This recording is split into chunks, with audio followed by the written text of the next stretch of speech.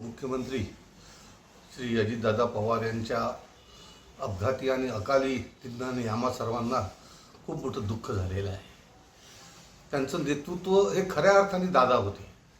आपल्या कार्यकर्त्याची, आपल्या जनतेची, आपल्या मतदारसंघातील लोकांची, एकूण महाराष्ट्राच्या सर्वसामान्य लोकांसाठी त्यांनी पूर्ण आयुष्यभर परिश्रम घेतले. मला त्यांच्यासोबत त्यांच्या राज्यमंत्री म्हणून काम करण्याची संधी मिळाली. 2004 ते 2009 ते पाटबंधारे खात्याचे मंत्री होते आणि मी त्यांचा राज्यमंत्री होतो. कडक शिस्त, प्रशासनावर संपूर्ण वचक, लोकांचे काम झाले पाहिजे, वेळ प्रसंगी अधिकाऱ्यांना खडसावत काम करणे त्यांची वृत्ती होती. असं नेतृत्व तयार व्हायला कित्येक वर्ष लागतात. असे त्यांच्या अकाली जाण्याने मी म्हणतो महाराष्ट्राची, या जनतेची खूप मोठी हानी झाली आहे.